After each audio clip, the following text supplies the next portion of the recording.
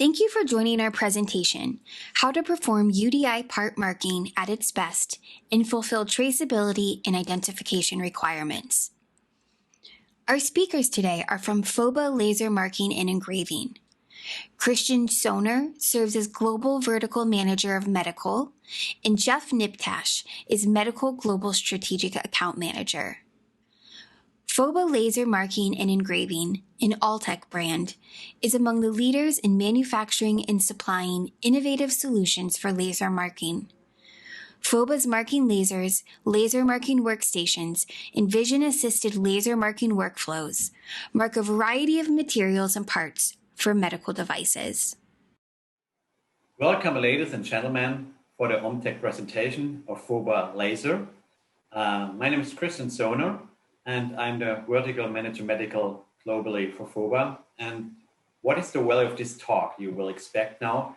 So question is, of course, how to perform UDI part marking at its best and fulfill traceability and identification requirements. So after this discussion I will have with Jeff, my associate, we will understand what is the benefit and how to implement technically the UDI complying to the major regulations of FDA and MDR. So as I said, I'm not here on my own. I will bring some best practice questions we had the last years, and I will hand over to my associate, Jeff. Thank you very much, Christian. Appreciate it.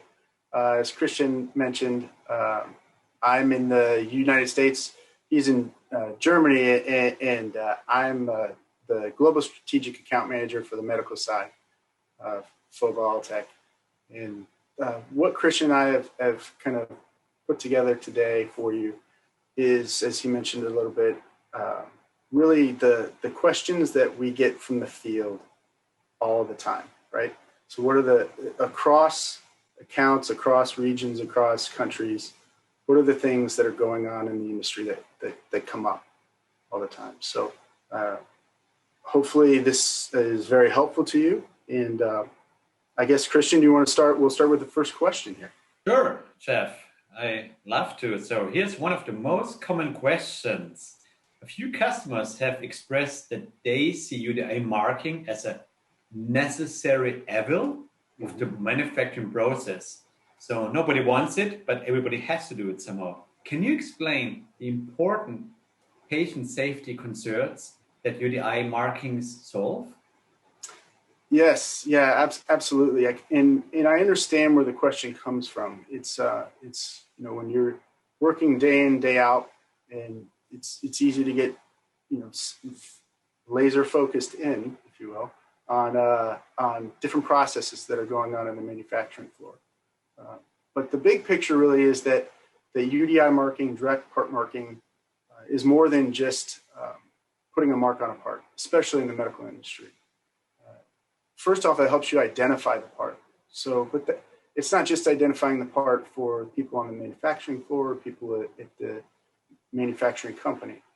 That process and that need follows the traceability and the trackability of the part throughout its life. So the need to identify the part transfers from the manufacturer to then the hospital, then to the staff, the circulating nurse, the first attendant or the physical assistant, then the surgeon. So that process is really paramount and essential to surgery, really in general. It's also very important from the patient's perspective. Safety, that peace of mind that if something does go wrong, we know where this part came from. We know what we might have to do to look in to see what caused the failure or the need for a revision, those kinds of things. So that's very important. And that's actually tangible to the patient. They receive a tangible card sometimes or information that they can keep on their phone that provides them with the traceability information of the part that's now implanted. It's also important at the hospital level. At the hospital level, there's something called never events that are very, very, concerning is the wrong word, important important is what they are to a hospital. So the way never events work, for those that don't know, is that if there's several different occurrences where things like if a patient falls out of bed, or if a patient is discharged from the hospital, and then they have to be readmitted within 10 days for the same issue, or they need a revision or things like that. Medicare and Medicaid can withhold funds from the hospital based on how many never events they've had in a year. So tracking and traceability of those parts is a core piece to that process as well. So those are some of the kind of main things from different levels of the I guess overall supply chain that show that tracking, traceability, and direct part marking with UDI is very, very important. Wow, Jeff, I really didn't know that it's crucial for the reimbursement for the hospitals to really have this trace and track choice. And this UDI is not just like a compliance thing, so it's also about money for the end customers of you listeners. I mean, I was in the medical device industry, you too. So this really matters a lot. And also, as a strong supplier to the hospitals. So another question that I have here is like, do medical contract manufacturers need to understand the European medical device regulation, the MDR, if they only work with US companies? So if so, what are the advantages cannot knowledge about MDR provide to the business? So what is the benefit about MDR and to know about it? Yes, this question comes up more and more, and it's very important, very important. So even though the back to birth, right, of the tracking and traceability starts at whether it be a contract manufacturer or the OEM, it's not the most important thing about that part. Where that part is implanted is what's important. So being compliant with MDR because something might have been manufactured in Indiana or Ohio or New York, and it's shipped over to Europe or Asia, where it's implanted is going to be what's important to, well, specifically for Europe, that MDR piece, right? Mm-hmm. So that's vital for the contract manufacturers to know. And then it's also can be a way for contract manufacturers to advance their business. Having that knowledge automatically makes you, now you're a global company. You're not a job shop or a contract manufacturer of just a small region, right? So that's a selling point then to your end customers that you can provide that knowledge base and that capability to be compliant both in Europe and in the US. Sounds good. I mean, I want to give you a hint that we have these white papers showing all the UDI compliant dates, FDA MDR, what needs to be done until when, with examples on applications. So it's a very good overview in a little 7-page or 8-pager. So that brings me to the next question. And this is what we occur globally, but I think the US is now coming up too. Customers are beginning to ask questions regarding alternative to nanosecond fiber lasers. So can you explain why the medical industry can really rest assured that a nanosecond fiber lasers are still the best solution for their laser marking needs? Yes, yeah, absolutely. Yeah, and this is starting to come up more and more, just because like any industry, technology changes quickly, right? But what's important is evidence-based research. People in the medical industry know that evidence-based research is really, really, really vital. Knowing that, okay, the product that I'm using has a history. There's white papers behind it. There's 20 years of evidence-based practice behind nanosecond lasers in the industry. And then it's also not just the source, not just the wavelength of the laser that we're looking at here. It's the process that engulfs the laser as well. So pre and post-mark inspection. So one of the things that we have that's unique is that we have a vision system camera that's built into the laser source itself. So you see what the laser sees when you're manufacturing these parts. And that allows us to provide you with a pre-mark inspection, which allows you to see, okay, we talked about sizes of parts earlier, I think. Is this a size 9 hip or is it a size 8 hip? You can place that underneath the camera and it will identify, okay, yes, you told me to mark size 9 hip. This is a size 9 hip. I can go ahead and mark it. Or it's a size 8. Hey, hold on, can't mark this. And so that's the pre-mark process. The post-mark process is where we can actually identify, okay, did the content that was asked and programmed to be marked make it onto the part? We can verify that again using the camera. So that process of pre-mark, mark, post-mark is what we call it. It's a documentation of a stable process. That all gets documented in a database. That's a requirement of the FDA. So having that as you're able to trust your system as not just a laser source, but a compliant tool that you're using to manufacture in the medical space. I got it. I mean, I see in your wallpaper the medical machine, the M2000P, I guess. And I mean, you cannot see the camera because it's integrated in the laser head. And there's another point I really want to mention here. It's integrated. It's one system, laser and camera, so one validation.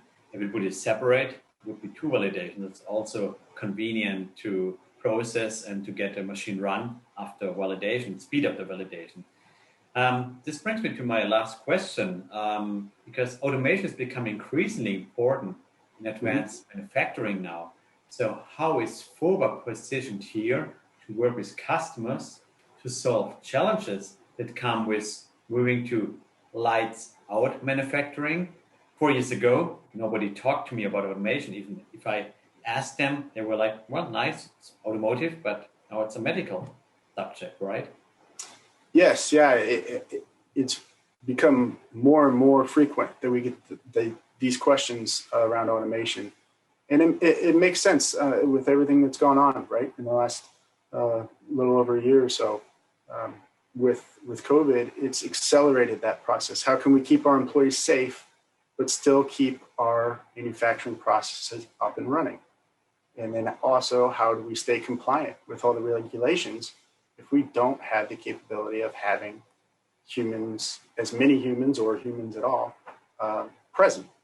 So several of the things that we kind of discussed a little bit before with the pre-mark, the post-mark inspection, that's already integrated into our system. So that's vital to the whole process again. But then we also at FOBA, we've written our own software. So what that allows us to do is come as a provider of the laser process with open arms and say, okay, what robot company do you want to work with? If you already have an agreement or an alignment, what palletization company you want to work with, whatever it may be for the automation process, we can write the software that we have to work with any vendor. So we don't have to say, hey, if you're going to work with us, you have to go down this path with this vendor. And I think that provides reassurance to our customer base that it's almost one less fire that needs to be put out when you work with FOBA, right? It's more just, okay, we know what the laser provider is. Now we can work through the other parts of the process, right?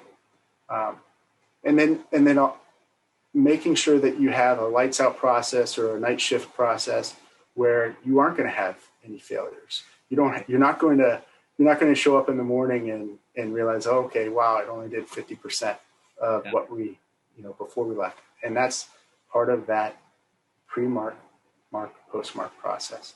Okay.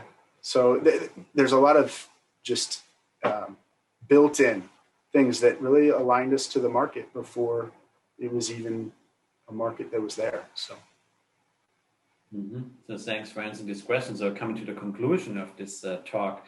So what is the importance in the end of partnering with a knowledgeable laser marking vendor? What is your taking home message here?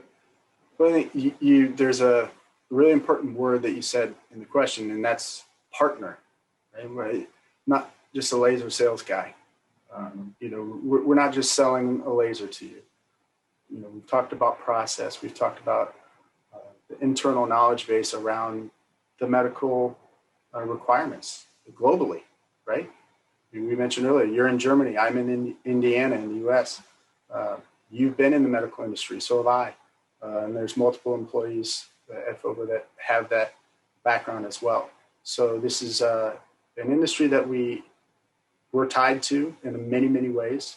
And we've done our due diligence to make sure that we're providing compliant solutions and at an international level to make sure that when it comes to laser marking and that process and anything that encompasses that process, whether it be passivation or automation, anything that's related to it, we can assist you with, okay, here's what we have from evidence-based research that will work. So I think that's vital. You're not just getting a widget off the street. No doubt here. And just to add, the FDA did some testing of samples, so to see the UDI technical implementation with our labs globally. So it's a reason why we do this and why they ask us, because they understand that we understand the medical device industry. So in this moment, I want to say thank you, Jeff, for sure, for answering all these detailed questions, and thank you to all the audience here. And I hope now that you can say, after we finish this discussion, that you can say, hey, I really understand more how the UDI part marking has to perform and what traceability and identification means in comparison to non-doing it, and also how to be safe and secure to bring your medical products to the market. Please find us on LinkedIn, on our emails below, in Indiana, in Berlin, Germany, and wish you a great day. Say goodbye to you. Bye-bye. Thank you to Christian and Jeff for sharing their expertise, and thank you to those watching. To learn more about FOBA, visit their website at FOBAlaser.com. You can also access more insight from orthopedic suppliers and OEMs at OMTechExpo.com.